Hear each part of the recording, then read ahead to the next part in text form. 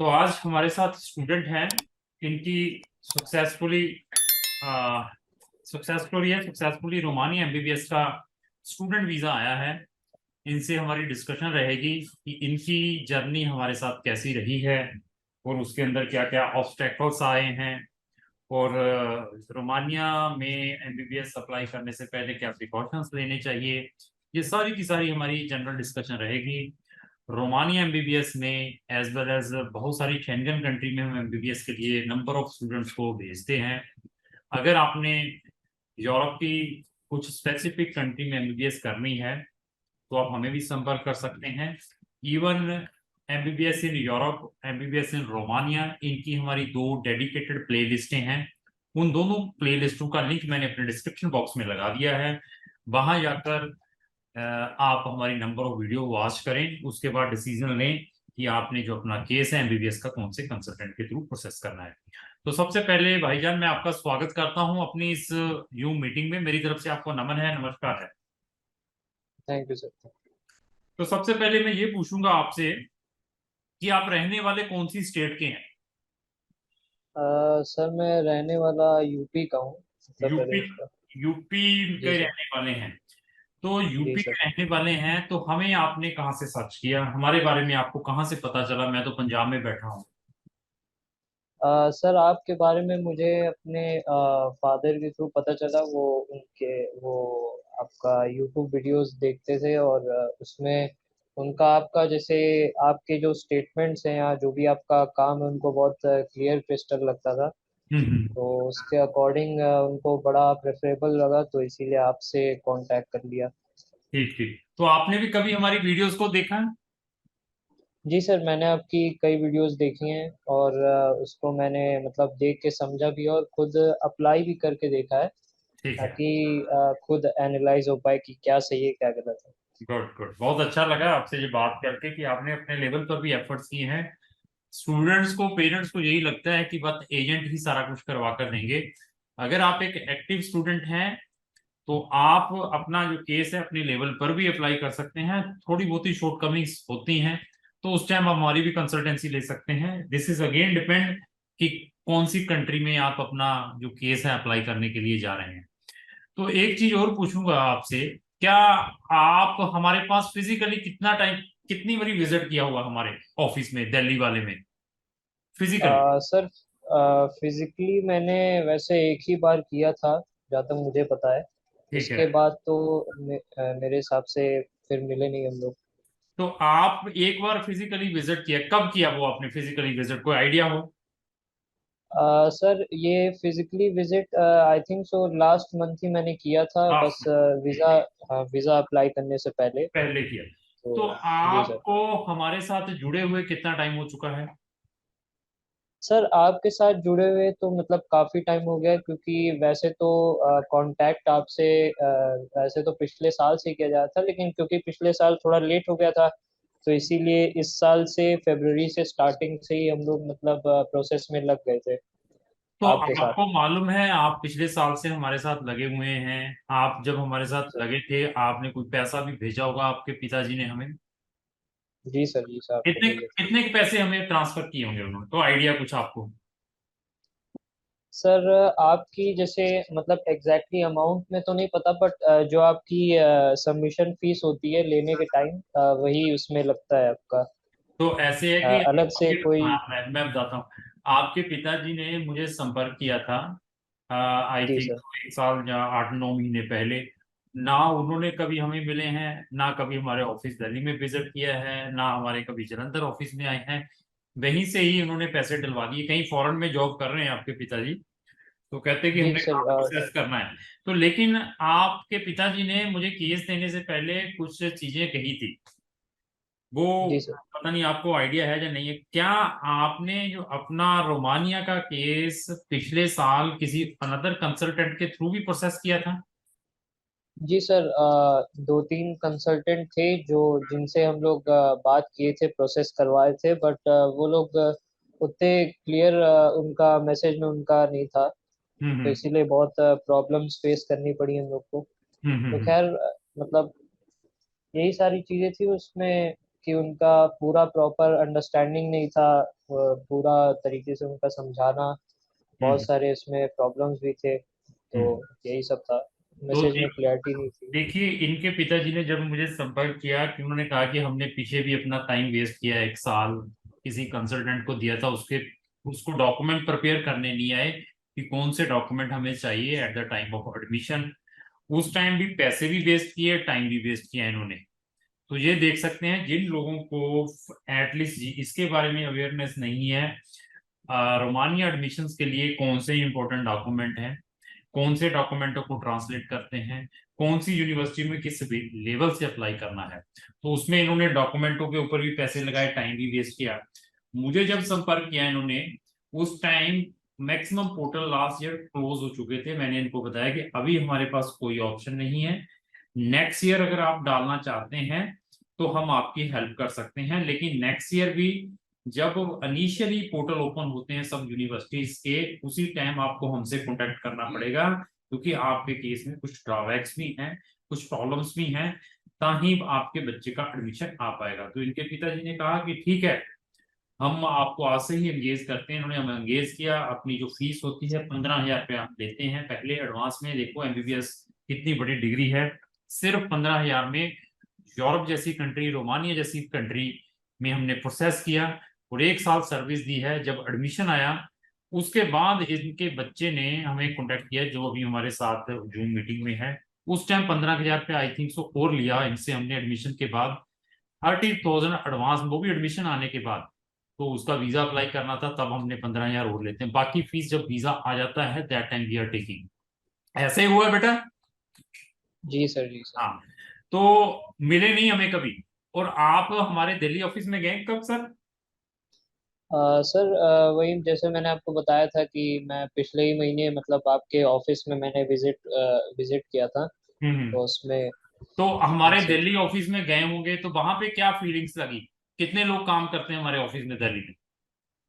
Sir, वहाँ पे तो जैसे दो कैबिन था, वहाँ पे एक कैबिन में आपके मेन जो कैबिन थे वहाँ पे आपके सर बैठे हुए थे, हम्म। तो उनका नाम था वो हाँ, क्या नाम था? दीपक सर। हाँ, दीपक जी जो दी, मैनेजर है। इसके अलावा भी जी कोई सर। बंदा हमारे ऑफिस में देखा आपने दिल्ली में, दीपक के अलावा? नहीं सर, नहीं, दीपक सर के अलावा तो मैंने फिलहाल किसी को वहाँ देखा किसी को नहीं नहीं था, देखा मतलब तो आप, वहीं पे थे। हाँ आप गए, आपको ऑफिस देखने के बाद कोई नेगेटिविटी आई हो कि बंदा एक ही काम कर रहा है, कुछ ऐसी फीलिंग्स आई हो?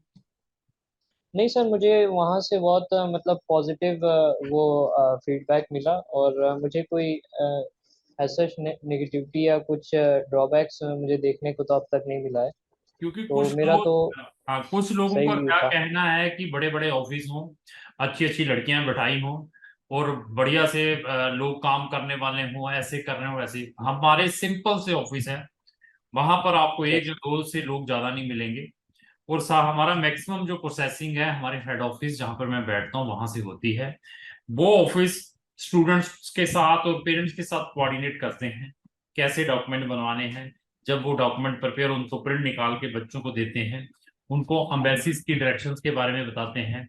जब वीजा आ जाता है उसके बाद जो फर्दर इंस्ट्रक्शंस देनी उसके बारे में बताते हैं। तो ऐसा नहीं है कि हम बड़े पॉप शॉप दिखाते हैं लोगों को, आज ये हमारे पास यहाँ पर इतना बड़ा ऑफिस है या फलाना, ऐसा हमारा मोटिव नहीं है। हम ज्यादा कर्मा के ऊपर परफॉर्म करते हैं, लोगों को आउटकम देने की कोशिश करते हैं इंस्टेड ऑफ मोटिवेशन। तो अभी नेक्स्ट क्वेश्चन के ऊपर आते हैं।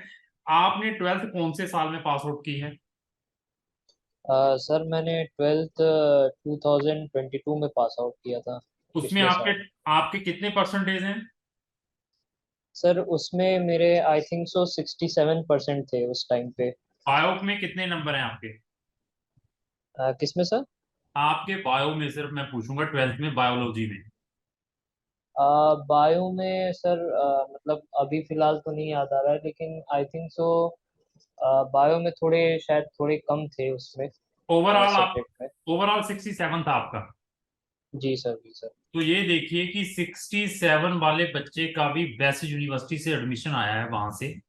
और क्यों आया है, मैं ये नहीं कहता कि मैंने इनको गारंटी दी थी। क्या हमने गारंटी दी थी आपको गारंटी से एडमिशन करवा कर देंगे? आपके पिताजी से नहीं मेरी सर। ज्यादा बात होती थी। तो अ, लेकिन आपको मालूम है कि आपने कितनी यूनिवर्सिटीज में अपनी एप्लीकेशन, कितनी यूनिवर्सिटीज में अप्लाई किया होगा? दो, चार, पांच, कितनी यूनिवर्सिटी में अप्लाई किया था आपका?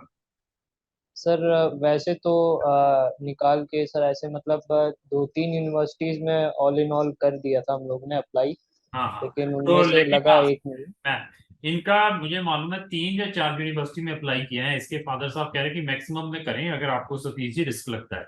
तो that reason I think so minimum मैंने थ्री, एक और रिकमेंड की थी, शायद उसमें भी इन्होंने किया होगा।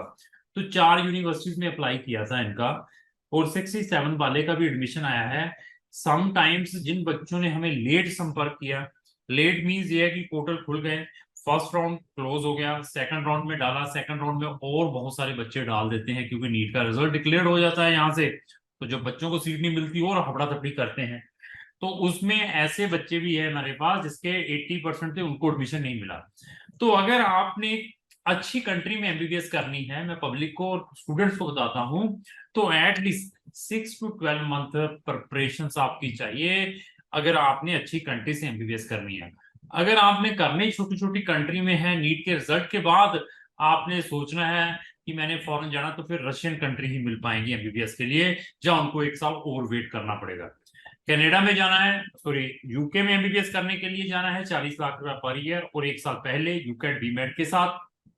यूरोपियन कंट्री में जाना है एटलीस्ट 6 मंथ। अगर 12 मंथ बिफोर आते हैं तो और हमें मजा आता है काम करने का। फिर मैं 90-95% की गारंटी देता हूं कि आपको एडमिशन मिल जाएगा। आपने एग्जाम्स कौन सी कंट्रीज में थ्रू एग्जाम एडमिशन आते हैं, एंट्रेंस एग्जाम है, आइदर यूनिवर्सिटीज का है या उनका जिसको हम सेंट्रलाइज कॉमन एग्जाम्स हैं, कौन सी यूनिवर्सिटी और कंट्री में without examination on the basis of your previous grade आपको एडमिशन मिल सकता है। ये सारे के सारे प्रिकॉशंस हम बच्चे को और पेरेंट्स को बताते हैं। फीस की अफोर्डेबिलिटी बहुत इंपॉर्टेंट है। कितनी फीस आई थी आपकी साल की?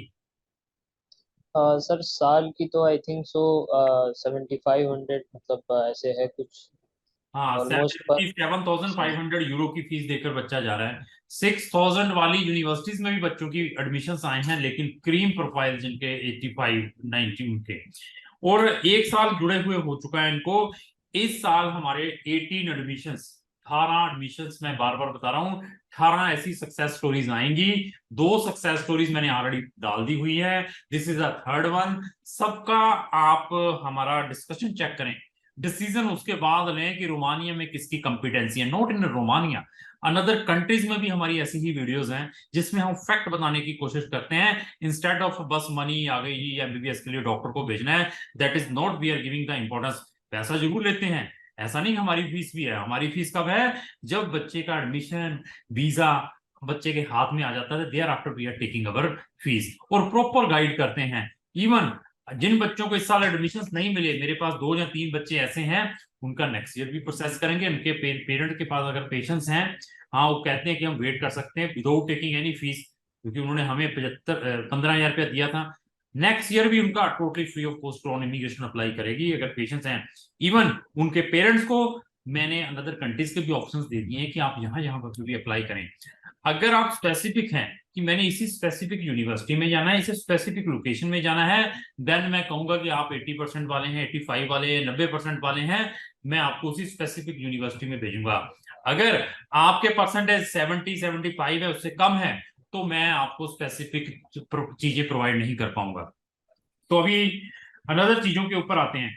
तो ओवरऑल आप हमसे एक साल से जुड़े हुए हो चुका है, एक्सपीरियंस आपका हमारे साथ कैसा रहा है, हमारे स्टाफ के साथ, चाहे दिल्ली या जलंधर ऑफिस के साथ? क्या हमने कभी आपको इग्नोर किया है? क्या हमने कभी आपको कोई प्रिपरेशंस ना प्रोवाइड की हो, आइदर वो इंटरव्यू की है, आइदर डॉक्यूमेंटेशन पार्ट है, इसमें क्या आप कहना चाहेंगे? नहीं सर, देखिए ओवरऑल तो मुझे मतलब एक्सपीरियंस पॉजिटिव ही लगा है। मतलब कहीं कहीं पे थोड़ी बहुत प्रॉब्लम्स थी, हम्म लेकिन ओवरऑल वो माइनर थी। मेजर में मुझे पॉजिटिविटी मिली आपकी तरफ से हम्म हम्म एक्सपीरियंस वाइज में। हम्म। तो मैं तो मतलब इसमें ओवरऑल सेटिस्फाइड हूँ तो अब पूरी कोई तरीके से। कोई ऐसा तो नहीं लगा कि we are only looking for money और वी आर ग्रीडी पीपल और always disturbing to the client को बेवकूफ बना रहे हैं, कुछ ऐसा लगा हो?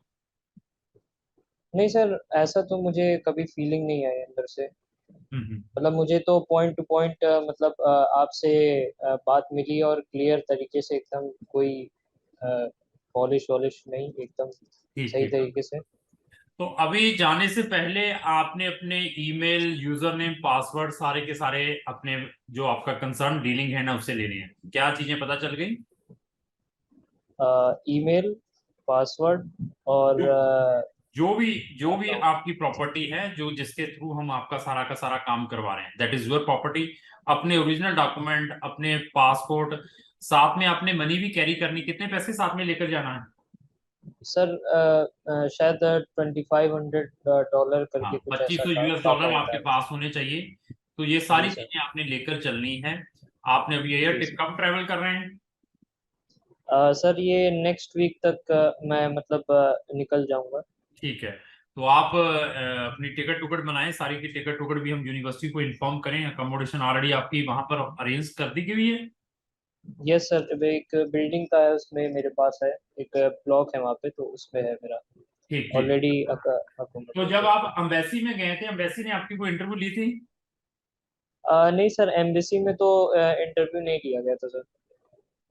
अच्छा, अम्बेसी ने कुछ नहीं पूछा आपसे? नहीं नहीं सर, एम्बेसी में डायरेक्ट वो लोग डॉक्यूमेंट्स पूछ के वेरीफाई करके फिर भेज दिए थे। ठीक ठीक। तो आपने अम्बेसी में जब फाइल जमा करवाई थी, उसके कितने दिन के बाद वीजा आपको ग्रांट हो गया? सर जैसे एम्बेसी में तो मैंने खैर अपना सबमिशन तो 29 अगस्त को कर दिया था, लेकिन वीज़ा का जैसे ईमेल जो है मुझे पिछले फ्राइडे को आया था, और आज मैं गया था मतलब वीज़ा सबमिट कर वो वीज़ा लेने के लिए जो कितने, पासपोर्ट में लगा फिर था। भी टाइम कितना लग गया? 20 दिन, 25 दिन, महीना, कितना टाइम लगा? सर मतलब ऑलमोस्ट टाइम तो खैर कम ही लग गया, आई थिंक सो 2-3 हफ्ता लग गया होगा पूरा दो प्रोसेस तीन करके आने हफ्ते में। में वीजा भी स्टैंपिंग होकर आ गया है। अगर कोई और भी बच्चा है जिसको कोई वीजा फाइलिंग में प्रॉब्लम आ रही है, डॉक्यूमेंटेशन प्रिपेयर करने में प्रॉब्लम आ रही है, वो भी हमें कंसल्ट कर सकते हैं। इवन अभी और इस वीडियो के थ्रू बता दूं, अभी हमने दो पेरेंट्स का भी वीजा ऑर्गेनाइज किया है रोमानिया का। वो पेरेंट्स कहते हैं हमने साथ में जाना है। मैं पेरेंट्स की उन्हीं की प्रोफाइल लेता हूं जिनकी प्रोफाइलें अच्छी हैं, उनके प्रॉपर टैक्स आ रहे हैं, प्रॉपर डॉक्यूमेंट हैं, तो उनके वीजा में भी हम असिस्ट करते हैं। तो उन पेरेंट्स की भी मीटिंग आएगी, हमारी जूम मीटिंग, उनको भी देखना है तो हमारे चैनल के साथ जुड़े रहें।